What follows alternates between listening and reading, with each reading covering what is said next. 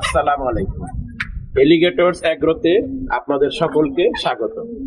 এলিগেটরস agro যখন গত বছর আমি শুরু করি তখন দেখা গিয়েছে যে এলিগেটরস অ্যাগ্রো আমরা ছাদ থেকেই শুরু করেছি, অর্থাৎ ছাদ খামার থেকে আমাদের এই মোটিভটা তৈরি হয়েছে। এলিগেটরস অ্যাগ্রো যেহেতু ছাদ খামার থেকে আমাদের এই মোটিভেশনটা তৈরি হয়েছে, আমরা ইনশাল্লাহ এই ছাদ খামার, এই মুরগির ছাদ খামার আমরা ইনশাল্লাহ সারা দেশে ছড়িয়ে দেবো ইনশাল্লাহ। আজকে আমরা মুরগির এই ছাদ খামার নিয়ে আপনাদের সাথে কথা বলবো। আশা করব আমাদের এই ছাদ খামারের আজকের এই প্রতিবেদনটি দেখে আপনারা অনেক উপকৃত হবেন এবং আমরা আমাদের এলিগেটরস অ্যাগ্রো সম্পর্কে অন্য আরেকদিন বিস্তারিত বলবো।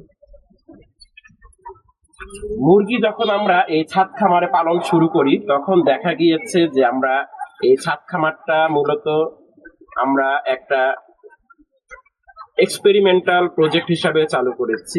তবে ৬-৭ মাস যাওয়ার পরে দেখা গিয়েছে আমরা এখান থেকে অনেক কিছু শিখতে পেরেছি এবং জানতে পেরেছি। কিভাবে শিখতে পেরেছি, কিভাবে জানতে পেরেছি তার একটাই মাত্র উদাহরণ, সেটি হচ্ছে প্র্যাকটিক্যাল। যখন আমরা আমাদের এই ছাদ খামার নিয়ে কাজ করা শুরু করেছি, ছাদ খামার একটি আশাব্যঞ্জক প্রক্রিয়া। আমরা এই এলিগেটরস অ্যাগ্রোর এটি আমরা সমগ্র দেশে আমরা ছড়িয়ে দেব।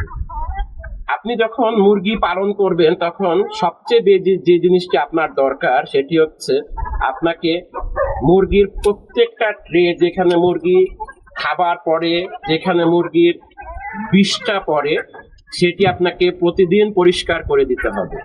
প্রতিদিন যখন আপনি পরিষ্কার করবেন, প্রতিদিন যখন আপনি সেটি সুন্দর করে ধৌত করবেন, এতে মুরগির রোগ বালা অনেকাংশেই কমে যায়, নাম্বার 1।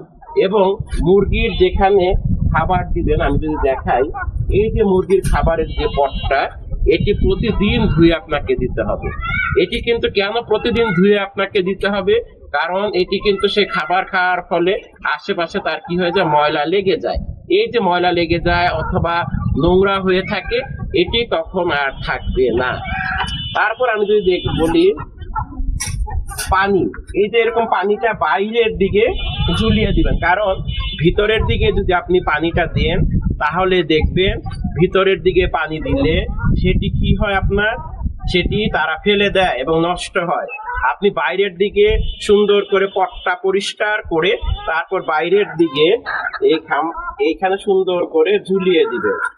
এইভাবে আপনারা ছাদে মুরগির খামার সুন্দর করে শুরু করতে পারেন।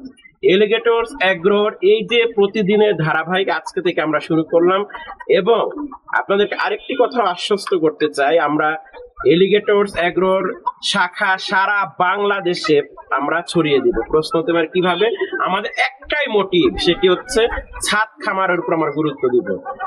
ধীরে ধীরে এই ছাদ খামার যেন বাংলাদেশে খুবই ভাবে ব্যাপকভাবে প্রচলন করা যায়, সেই সামনে একটি উদ্দেশ্য নিয়ে আমরা পরিচালনা করছি। আসসালামু আলাইকুম।